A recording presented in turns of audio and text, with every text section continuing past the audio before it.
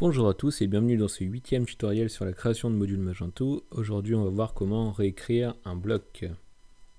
Alors dans Magento, des fois vous voulez réécrire un bloc parce que le fonctionnement natif vous convient pas.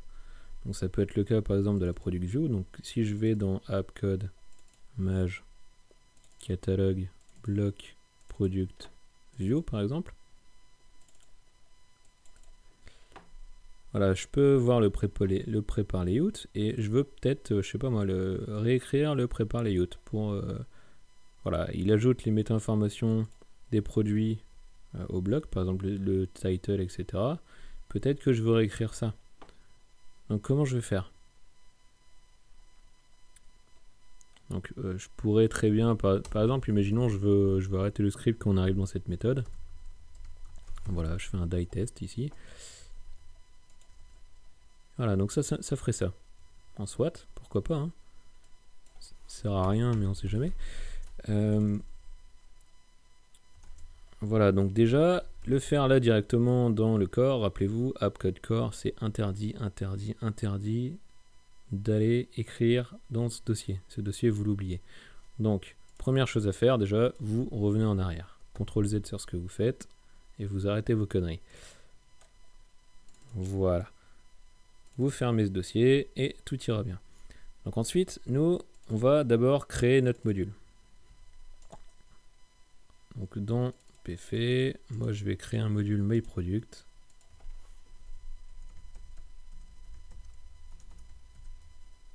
MyProduct qui me permettra, donc ici dans ETC module du coup,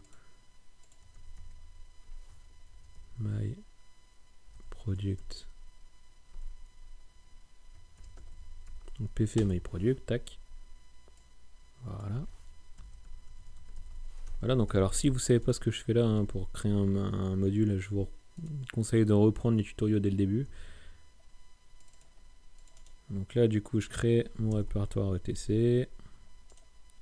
Je crée mon fichier config.xml avec dedans du coup les informations nécessaires. Voilà, là mon module existe. Voilà, donc là déjà mon module est pris en compte par Magento. Donc il sait qu'il existe. Maintenant il fait rien.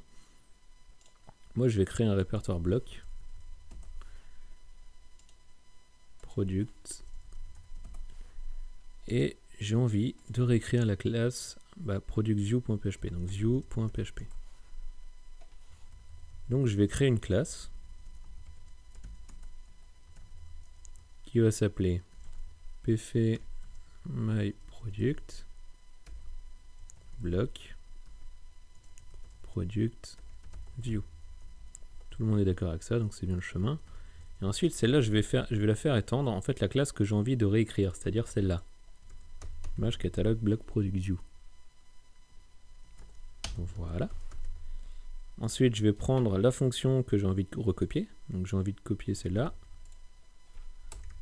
Et je vais modifier cette fonction. Alors comment on va faire pour modifier cette fonction? Bah déjà là elle est là. Et je vais juste dire, bah, au lieu de faire ça, bah tu fais ça. Voilà, donc là on va faire exactement la même chose qu'avant. Et ça sera bon.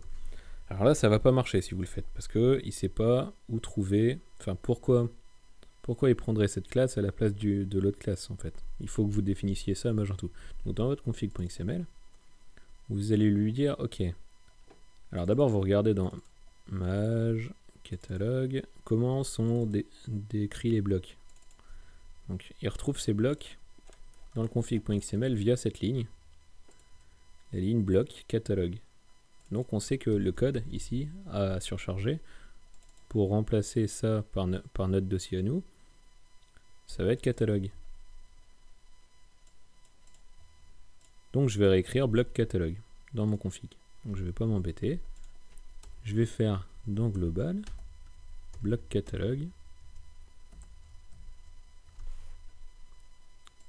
Voilà.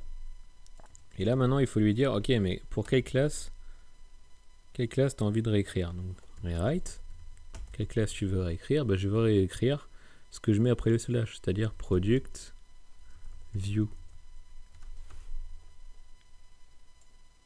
Et quelle classe je veux qu'il la remplace? Bah, je veux que la classe qui la remplace c'est celle-là, c'est pf myProduct block product view. Donc je vais dans mon config.xml et je rajoute ça. Voilà, donc là normalement ça devrait fonctionner. Et ça fonctionne. Voilà, donc là on vient de réécrire le bloc. Bon alors bien sûr faire un die, hein, ça sert à rien. Mais c'est juste pour vous montrer comment on peut réécrire un bloc. Maintenant à vous de trouver le bloc que vous voulez réécrire et pourquoi.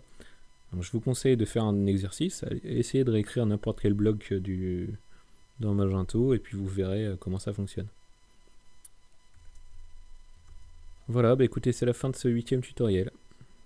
On se retrouve pour la suite. N'hésitez pas à retrouver ce tutoriel par écrit sur mon blog à l'adresse www.pierrefait.com. Si vous êtes membre Premium, vous pourrez télécharger le code de ce tutoriel s'il est disponible tout en bas de l'article dans Documents à télécharger. Cliquez sur le lien, vous récupérerez alors une archive avec les fichiers que j'ai créés pour ce tutoriel.